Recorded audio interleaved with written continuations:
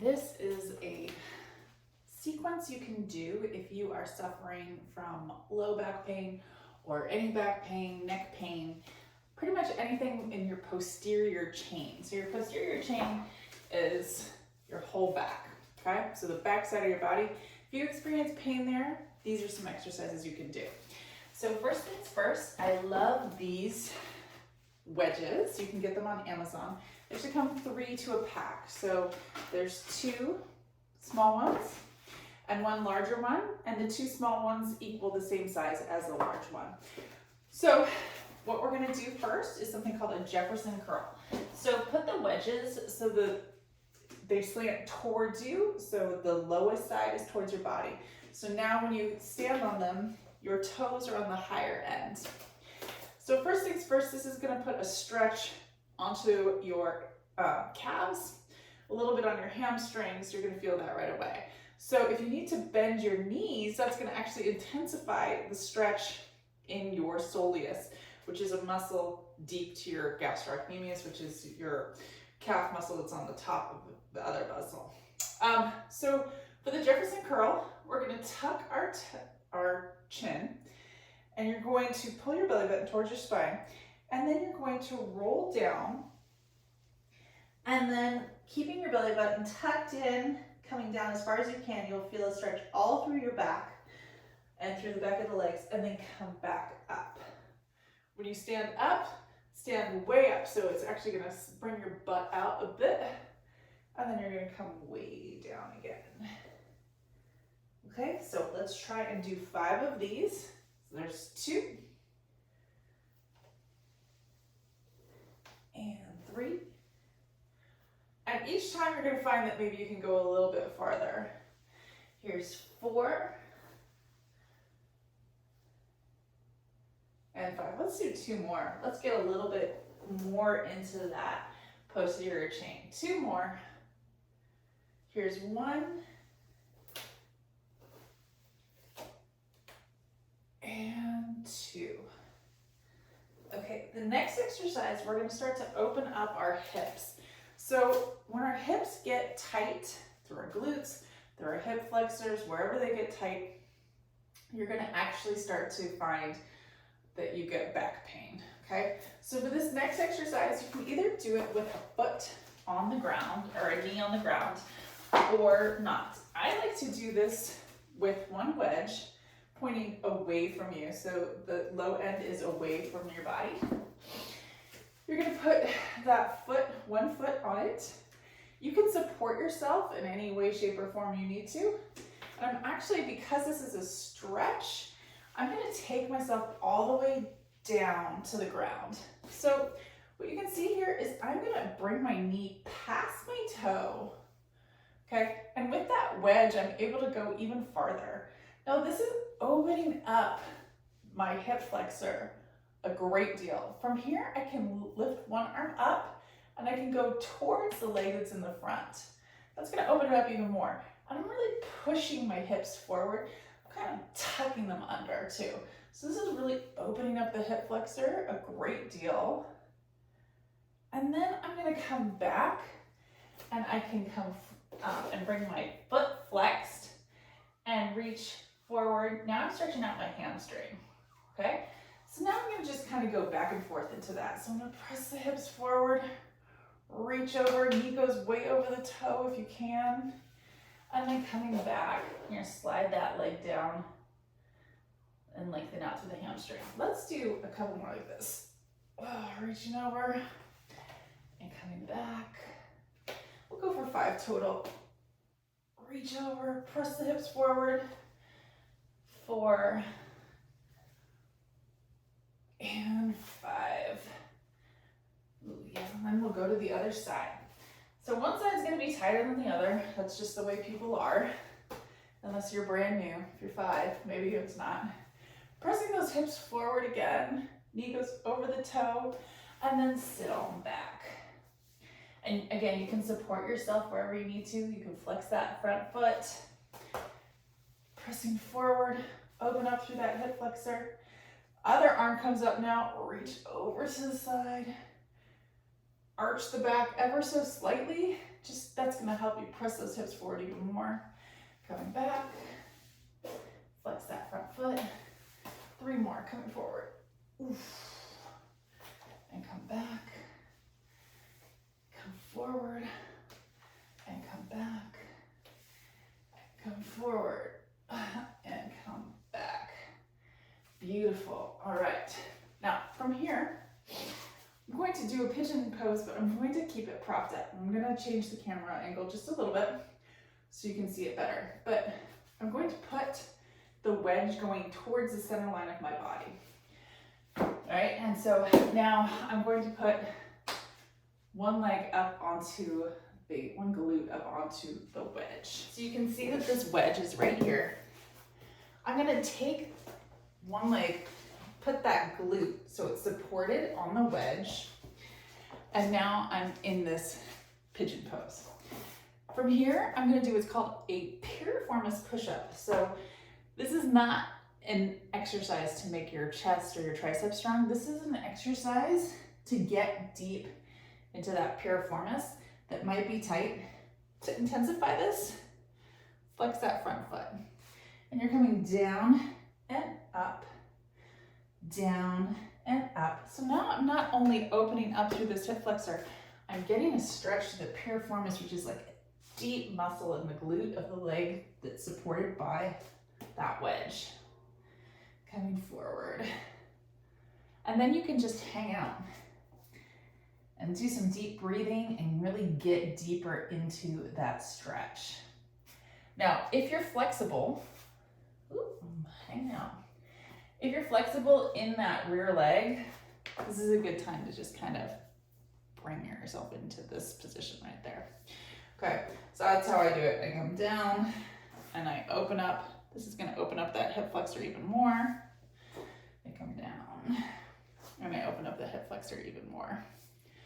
Okay, let's go to the other side.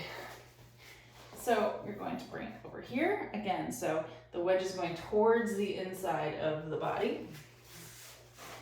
And same thing, I'm propping my hips up. I'm gonna come down and up, down and up. Nice piriformis push-up.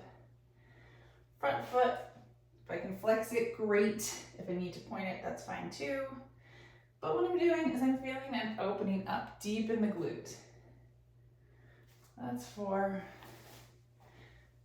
and that's 5. On this one, we could just hang out down at the bottom. Deep breath. You can do it supported. You can go even deeper. And then I'm gonna add in that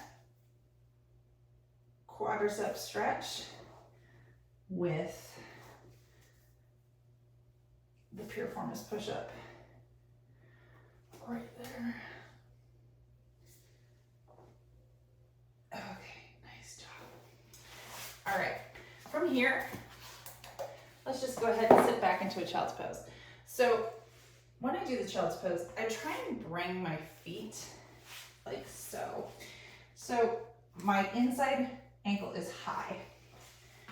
So that's just a little bit more of a sport specific stretch. So my inside ankle is high and I can sit back. Sitting back. And now let's come from this position into a quadruped. So on all fours. And from here, let's do a spinal circle. So we're gonna come down and around and up. Down, around, and up. So we'll do 8 each direction. So this is 4, 5, 6, 7, and 8. And then let's go the other direction. 8, 7, 6, 5, 4, 3, 2, and 1. All right, and then coming into just a cat-cow. So coming up, opening up through the abs, pulling the belly button towards the spine, coming up, rounding up towards the ceiling, and then back down. Pull the belly button towards the spine, one up, nice and tight, and then come back down. 2 more. 1 and 2. Excellent. Okay, from here, I have a little bit tighter calves. Calves can also affect low back tightness, so stretching out your calves will actually help your low back. But mine are a little bit tight, so I'm going to take the small wedge and I'm going to put my heels up onto the wedge as I do a deep yogic squat. So let's see, come here. So putting my toes towards the bottom edge of that, this allows me to sit all the way down into this deep yogic squat and open up my hips. Now from here, I can go side to side, and then I can press my elbows into the inner side of my thighs and open up. Now, if you can sit upright, like more of an upright as opposed to here, great, but it just depends on your flexibility and your balance. If you're not flexible, it's gonna affect your balance, meaning if I come upright, I'm gonna fall over because I'm not flexible enough to support that. So just really opening up anywhere you feel tight in those hips. From here, let's grab a seat and let's just do a butterfly stretch. So the butterfly stretch, bring the soles of the feet together and just opening up. So anytime we can open up the hips, it's going to help the low back. So opening up those hips. And then let's take it into a figure 4 stretch on our back. So the figure 4 stretch on the back, coming onto your back, one leg crosses over the other, and you're gonna pull back. Take your hands, slide through, and really open up through that leg that's bent. Press that knee over so you feel even more of a stretch through your glute and your piriformis. Oof. And we'll go to the other side. And open up. Okay, from here, I highly recommend that you get what's called a myofascial release ball. I'm going to show you a couple different options for that. Okay, so here are 3 options of myofascial release balls. One is a lacrosse ball. This is intense. If you have not used one of these before, I do not suggest starting in this instance. Start with these like maybe under your feet where you're supported, against a wall where you're supported, something that's not super your whole body weight. Don't do that. Okay. This is a fit ball. This is a 7-inch fit ball, and it's FITBALL, all one word. You can find these on Amazon. It is squishy. Okay. It's filled with air and it's squishy. This is a fantastic place to start. This is a 5-inch fit ball. This is an amazing product. They don't sell these anymore. I don't know why, but if you can find one of these on the internet, buy it, snap it up. It's gonna be a lifesaver. Okay, so what we use this for? We use this for myofascial release. So what does that mean? Okay, so you have fascia all over your body. It connects all of your, it's a protective layer. It connects over all of your muscles. It separates your organs, but it's this little white fabric. It's a white tissue and it can get really tight, okay? Also your muscles can get tight. The stretch reflex can be going. So we're gonna use this on our QL, which is your quadratus lumborum. And they're 2 big muscles. They run deep on either side of your spine, okay? And this is where a lot of people have low back pain, right? So this little puppy is going to release some of that tension. So what we do come onto your back, put it under one side. So one QL. So this is not on your spine, it's on the fleshy part next to your spine. Okay, it's low and you will feel it, right? You'll feel like, oh yes, that's the spot that I want to be on. Now from here, you can put the other leg down on or the other side of your body down on the ground, whatever you want to do. But what I do with my QL is I rock back and forth, okay? And now I'm really getting into that muscle. Now from here, if I want to be less intense, I can just open one leg out to the side, okay? Or again, I can rock the whole body. Now what I do is I want to also open up the glute, so I'll put it underneath one glute and I'll roll on the glute. So rolling side to side, getting it right under there, anywhere that is tight. And I like to move my leg around so I can really get into that glute. Getting onto the side of the glute is good. Okay, all of these different places. And then we'll go to the other side. So to get under the QL, and let's start by rocking side to side with the legs. That's going to get the QL. If you imagine it, it's going side to side as well. And it's just pressing down into the ball. It's fantastic. From here, just one leg coming out to the side and up. And then you can also get a little bit more to the side of it. If you could just roll out to the side of that QL. And what's great about this is you can press your elbows down into the ground, you can press your feet down into the ground. And as you do that, you kind of support yourself so you're not putting too much pressure into the ball. Or you can do the opposite and let yourself sink down into the ball so you get more pressure into it. And then do that same thing on this side of the glute. So this glute wants some love too, it wants to get rolled out, get that deep pressure. You will find places that you're tighter on your glute than others. You've got three main glutes, glute maximus, medius, and minimus. And so you may find like on the side you're really tight, or maybe you find on the back you're tight, or somewhere in between.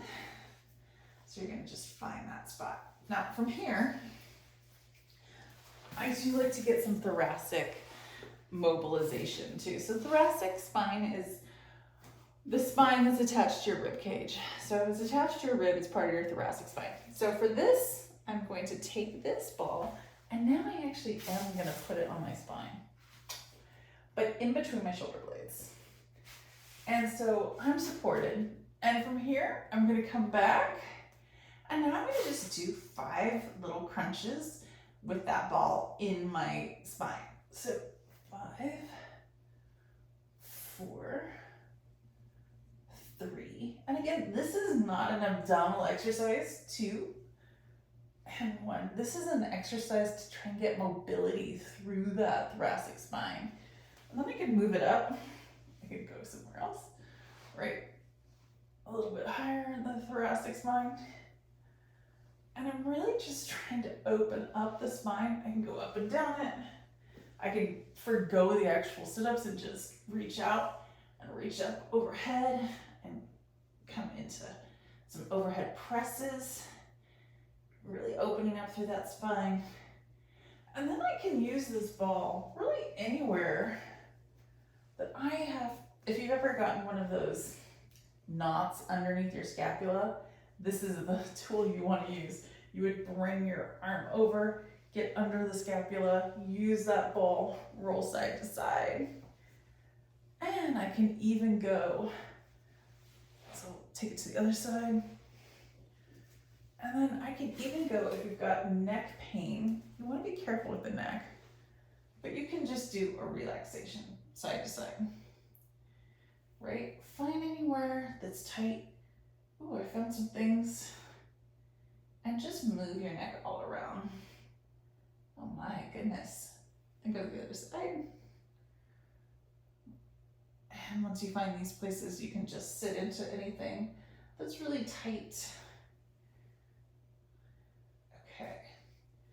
So these balls are fabulous. You can even open up through your psoas. So your psoas runs deep, right? It's like if you've ever just, we call it our hip flexor very often, but if you've ever had your psoas released, it's like they press deep, deep right on the inside of your hip bone. So from here, you take this ball, go right to the inside of the hip bone, and you can just release that psoas. Now, why would we want to release the psoas? Because if the psoas is tight, it's going to pull the pelvis out of alignment, and then that's going to affect the low back. So we want to keep that psoas open, and that's what we stretched earlier when we did that knee over toe exercise, where we did that deep lunge. This is the same muscle we're trying to open up, but we're just trying to release it now. And we can do it from the other side too.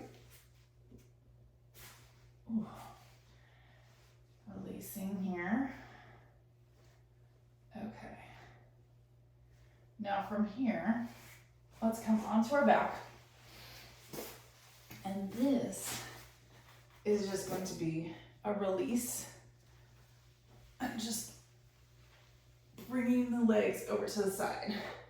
Now from here, try and take the shoulder, opposite shoulder to the ground. And then you can use the weight of your hands to bring the legs over. Now from here, deep breaths to create space through the spine. So as you breathe in, imagining you're creating space between each spinal column, each vertebrae. And then as you exhale, you can stretch a little bit deeper, a little bit more rotation. Again, deep breath in. A little bit more rotation. Now, if you want, you can take this leg and extend it all the way out.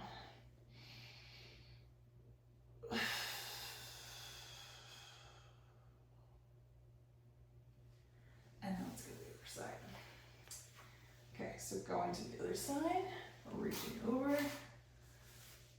Start with both knees bent. Deep breath in. Ooh, and there it went. Popped, and then exhale. That's usually what happens for me, is I'm able to sort of pop. I'll get a little crack in there as I go to this side. Another deep breath in. Breathing all the way in, and then exhaling. And then bring this leg over to the side. Okay,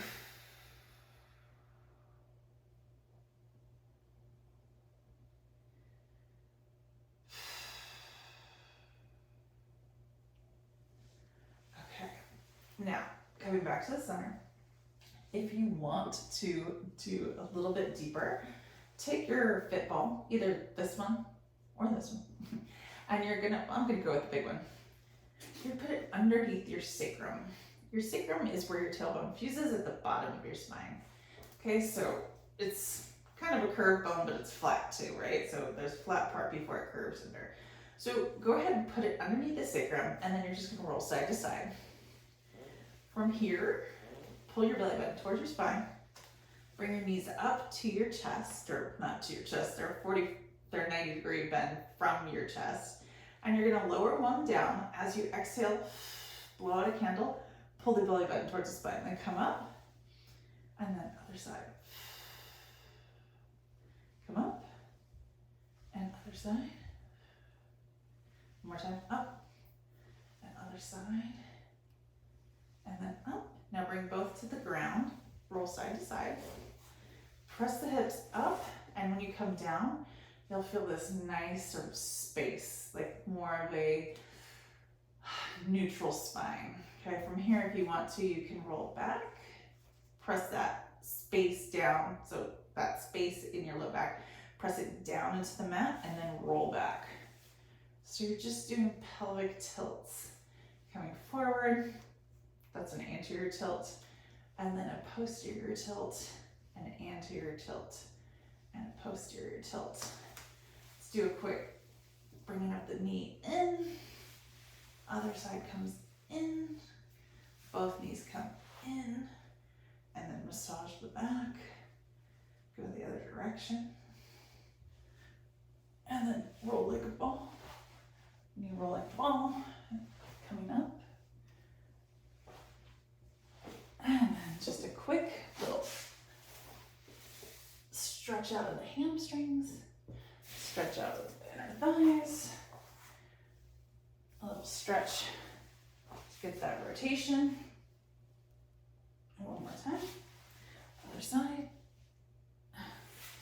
And then just coming onto your knees, sitting back into that child's pose, and then coming into a cobra. Oof, right there, pressing up, shoulders come down and back, coming down, quick cobra again. Oof, coming down, one more time. Sit back into that child's pose.